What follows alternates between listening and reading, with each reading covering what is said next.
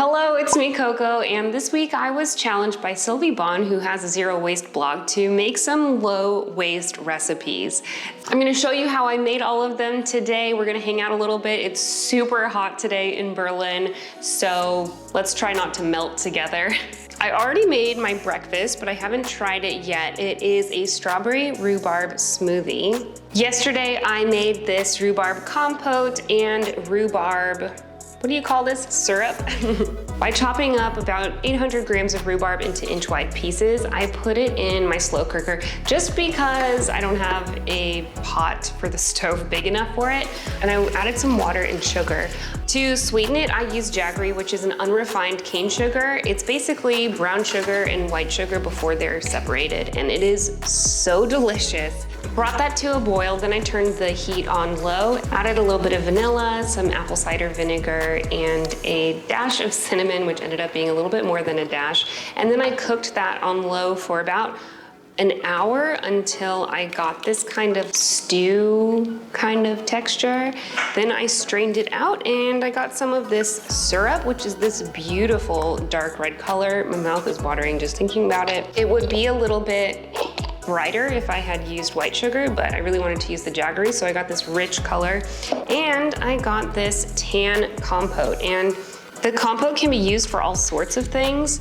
You can put it in your muesli, you can top your nice cream with it, or you can make a smoothie out of it like I did today. So I made this smoothie by making some almond milk. I soaked a cup of almonds in some water last night with 1 date. For other people who make their almond milk, do you soak the date or did I vegan wrong? And then I blended it this morning with 3 cups of water. After blending, I strained it and it came out super creamy and it just smells heavenly, just like almond cookies. It smells like almond cookies.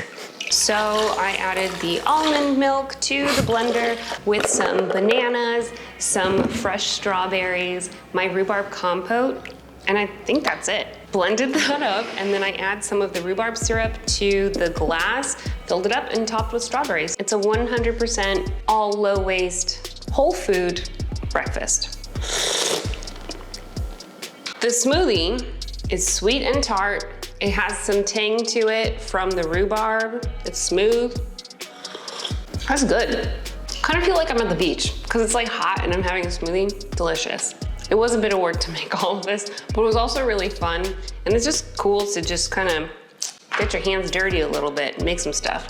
All right, I have some fun stuff planned for today. I'm gonna make some low waste pizzas, maybe use some of this almond pulp for that crust. And I'm also gonna get some stuff ready for a low waste picnic. So keep watching this video if you wanna hang out with me, watch me make some food, watch me maybe sweat my butt off. And after the video, if you wanna see what challenges I gave to Silvie, go check out her blog. You can also check us out on Instagram. I will leave our handles here. All right, I'm gonna finish this smoothie and then I'm gonna head to the farmer's market to see if I can get a couple ingredients for the pizzas. Let's go.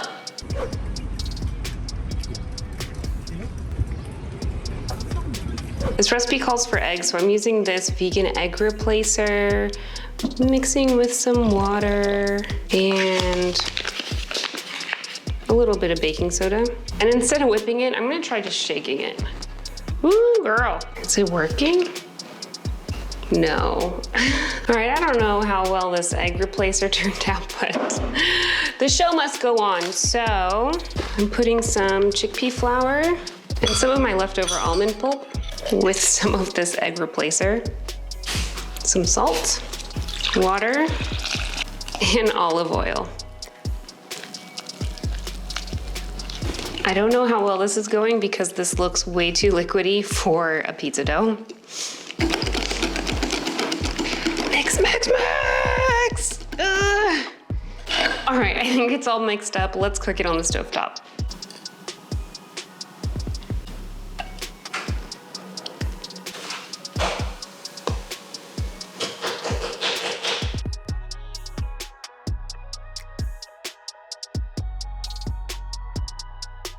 While the farinatas are cooking on the stovetop, I'm gonna prep the sauce for the pizza. So instead of a tomato sauce, I'm going to make one from this rainbow chard. And don't worry, I'm gonna use the whole thing, except for the tip. We don't wanna eat that. But I'm just gonna destem the chard like this. Fun fact, this is also how you can destem kale really easily.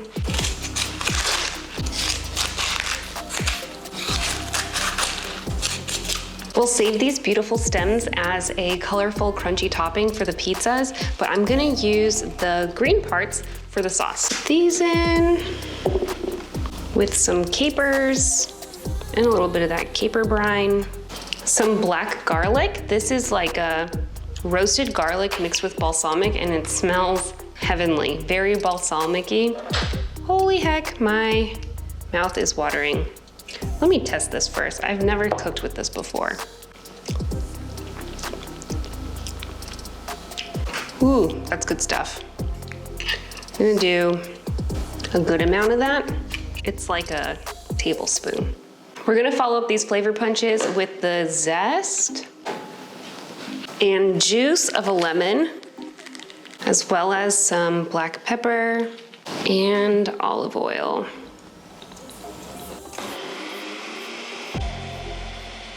The chard stems have a really light flavor and kind of a hard, crunchy, stringy texture. So I am going to cut them in really thin slices so that they're really easy to eat. And they're gonna add a really nice crunch and color to the pizzas. I mean, it's not really a pizza, it's gonna be more like a decorated flatbread. But pizza sounds cooler. I'm not gonna be using all of these for the pizza, but I think they are going to work really well in a potato salad in the place of celery. Because like I said, the texture is really similar to celery. It just has a different flavor, a really light flavor. There are a few things as satisfying as chopping walnuts. It just feels so nice.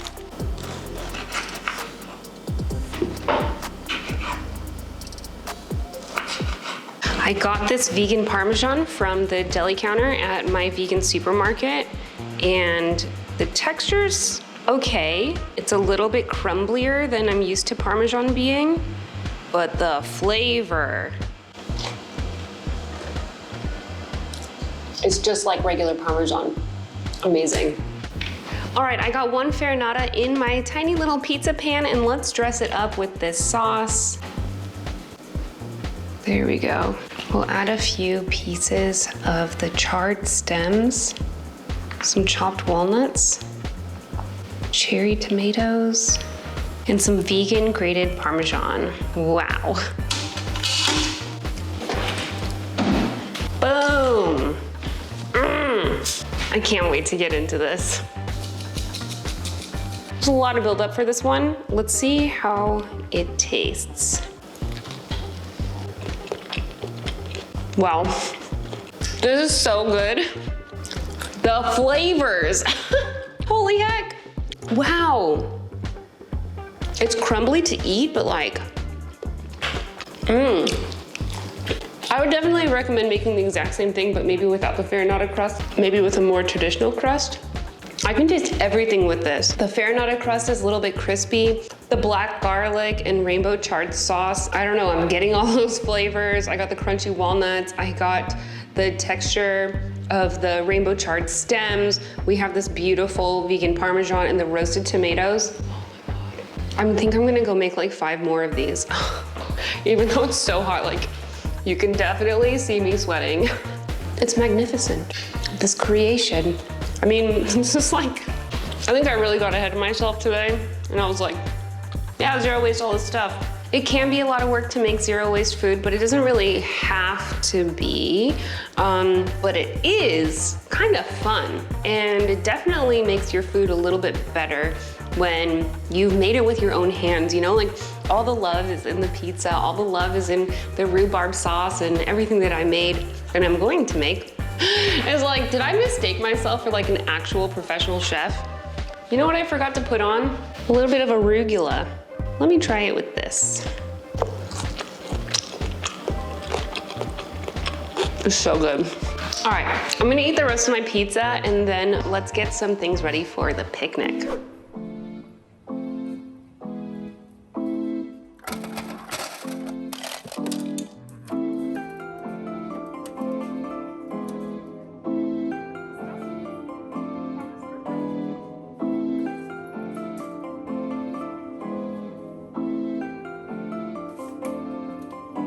Next, I'm gonna make a cheesy almond spread from the pulp of my almond milk. First, I'm gonna add my almonds to a bowl. The juice of this partially used lemon because we're all about low waste here. About 1.5 tablespoons of nutritional yeast. I picked this one up in the bulk bin. 1 teaspoon of garlic powder. And 2 teaspoons of paprika. Salt and pepper to taste. And a drizzle of almond oil. And a drizzle of olive oil. We're gonna mix it up. Oh man, it smells so good. My mixture's kind of dry, so I'm gonna add back a little bit more of that almond milk. And now we have a spread for any kind of cracker. Oh my God, it's so good. Oh golly. All right, so all lined up for this zero waste picnic. I have some pepperonis, some blue cheese, and I don't know, brie or something, vegan, and these olives that are all from the Vegan's Deli Counter. I have my paprika nut cheese, some flatbread slices, and fresh berries. Yay! Oh, and I have a couple extra containers just for like sharing or whatever. Woohoo! I ended up bringing so much more stuff, but look at how beautiful this picnic spread looks. It was so delicious, and we packed up everything, leaving no trace behind us. It was so much fun having this picnic and doing this challenge with Silvie. Be sure to check out her blog at bonsilvie.com/blog. I'll leave it below. Thank you so much for watching. Don't forget to hit subscribe and the notification bell if you want to see more content from me, and I'll see you in my next video. Thanks again for watching. Bye.